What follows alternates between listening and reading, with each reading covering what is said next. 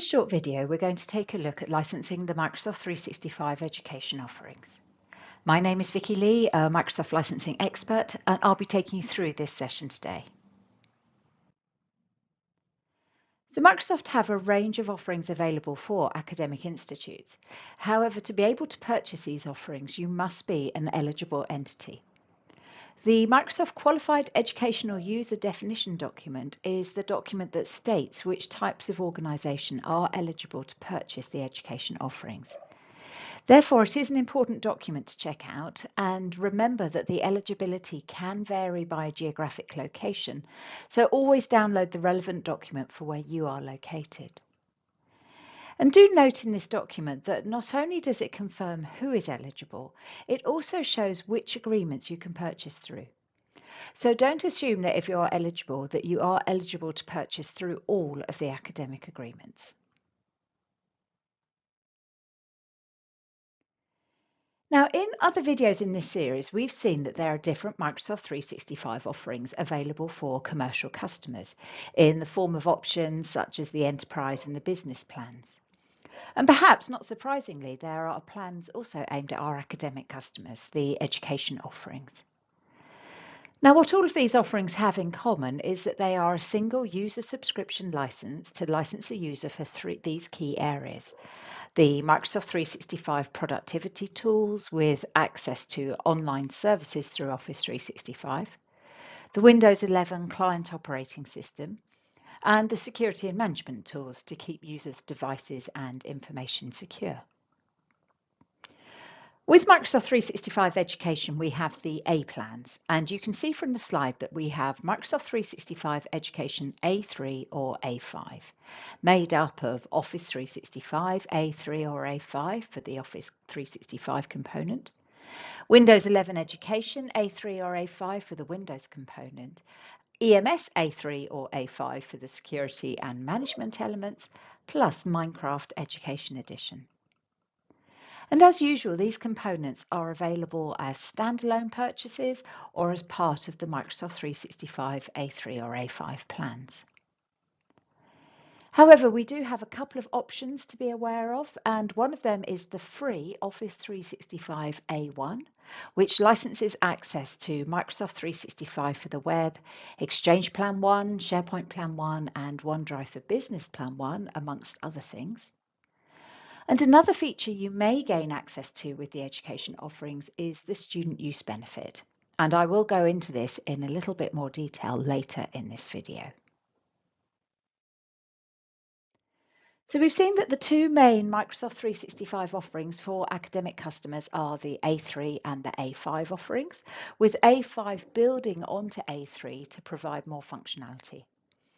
And if you are familiar with the E3 and the E5 offerings, it will be of no surprise to you that A5 builds on A3 by adding extra security, compliance, meetings and calling, and analytics features. Now, I'm not going into all these features today as we have covered them in other videos in this series, but we will see shortly some useful resources where you can see the exact differences between the A plans. It is worth remembering that even though we're looking at licensing education customers with online services, that they may well still be running some on-premises products. And the online services licenses do contain some on-premises rights. Though these rights do vary depending upon how you have purchased the licenses. And today we're going to look at the rights associated with buying through CSP. So if you've licensed Office 365 A3 or A5, the licensed users have the rights to access on-premises Exchange, SharePoint, and Skype for Business servers. The EMS A3 and A5 licenses allow users to access the on-premises core infrastructure servers. And if you choose to license Microsoft 365 rather than the individual components, it does inherit the rights of the individual components, along with there being no rights to downgrade the Microsoft 365 apps or Windows elements. Now remember that the rights you get with the licenses can vary depending upon the agreement that you've purchased through, and the product terms site is the place to check what rights a license has based on how it has been purchased. With Microsoft 365 for Education, there is also an extra offer in CSP in the form of Microsoft 365 A1. Now, this is a device-based license as opposed to the usual user subscription license that we're used to with Microsoft 365, and is a license that has a one-off upfront payment covering a life of up to 6 years for that device.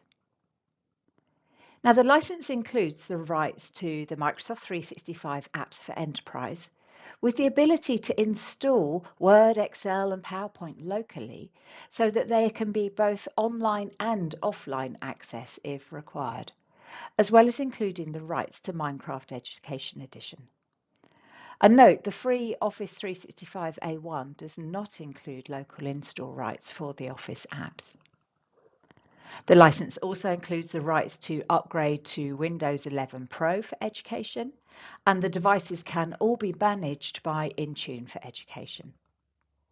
And this is a license that's aimed at schools that have dedicated one-to-one learning devices, as opposed to being used for shared devices such as those in labs or libraries.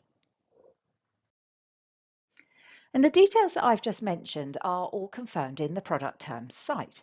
And you can see from the snippet here, it confirms the 6-year length of the license from date of order, and that the license can only be assigned to devices that have a primary user, and includes an upgrade to Windows 11 Pro Education from any device licensed with Windows 8, 10 or 11 Home or Pro. Now, if you want to see some more detailed information about what is included in all of the education offerings, can I recommend that you download this document from the link on the slide, as it dives into detail about what is included in each of the academic plans. And do note that that link will always take you to the very latest version of the document. So we've seen what offerings are available for academic customers, but there is an extra option to discuss, and that is the student use benefit. This is a benefit that you gain access to if you have licensed all of your staff with certain qualifying products. It allows you to receive a quantity of licenses for use by your students accessed via a special $0 SKU. The rights you get with the licenses are not necessarily the same as the rights for the full paid for licenses, and students are only allowed to use the license whilst they are affiliated with the institution. So let's take a look at these key points in a little more detail. So first of all, the student use benefit is only available to institutions who license all their faculty and staff for certain qualifying products, and it enables them to receive free of charge corresponding licenses to license their students.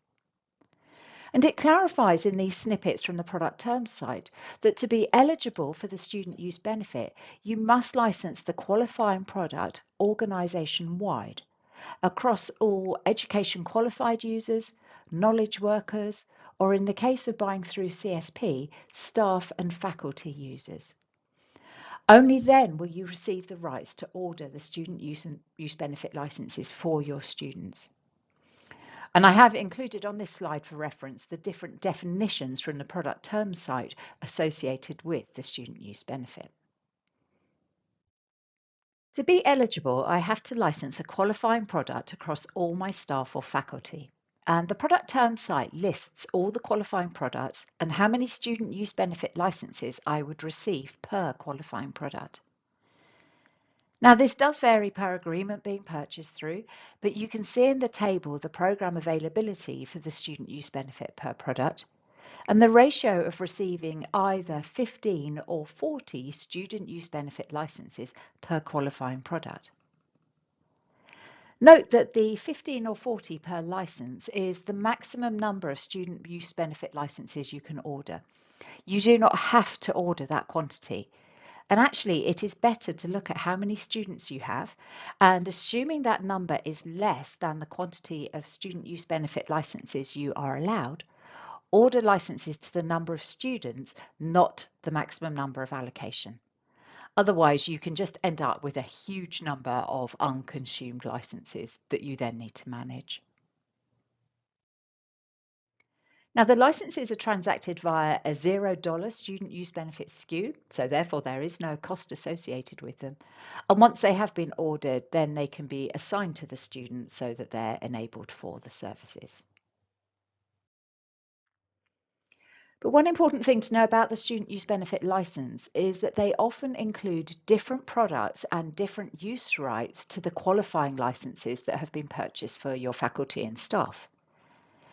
Now, the Microsoft 365 Education Service Description site is very useful as it shows a breakdown of all of the features included in the academic plans, as well as the student use benefit, allowing you to compare and then see where there are differences in the products you get.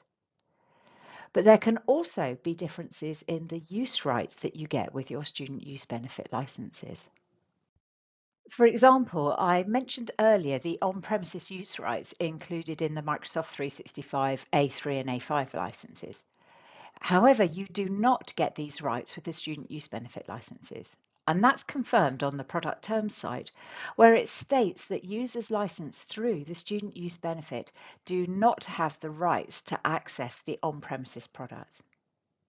So again, it is always important to keep an eye on the product terms site to see what rights are included with all of your licenses. So remember then that these are the key facts associated with the student use benefit, not forgetting the last one, which is that the students are only allowed to use the student use benefit licenses whilst they're affiliated with the academic institution. Once they've left, they are no longer licensed to use the product. That concludes this short video. Thank you very much for watching. If you require any more information around Microsoft 365, please do contact TD SYNNEX.